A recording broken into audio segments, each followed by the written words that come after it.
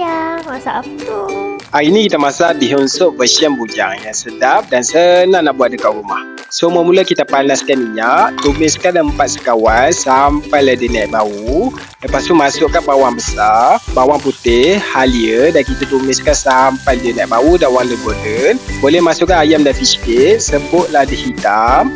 Kita masakkan seketika sampai ayam terkejut.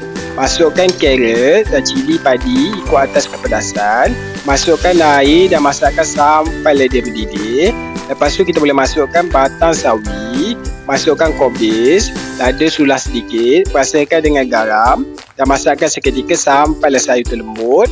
Masukkan bihun yang sudah direndam dengan air, masukkan sawi, cium pati ayam dan masakkan seketika. Lepas tu boleh taburkan irisan daun sup. Bila semua rasa dah sebati, boleh tutupkan api.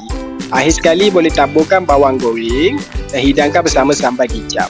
Masa bujang dulu menu ni lah yang selalu masak kalau dah tak tahu nak masak lauk apa. Dan bosan sangat makan nasi.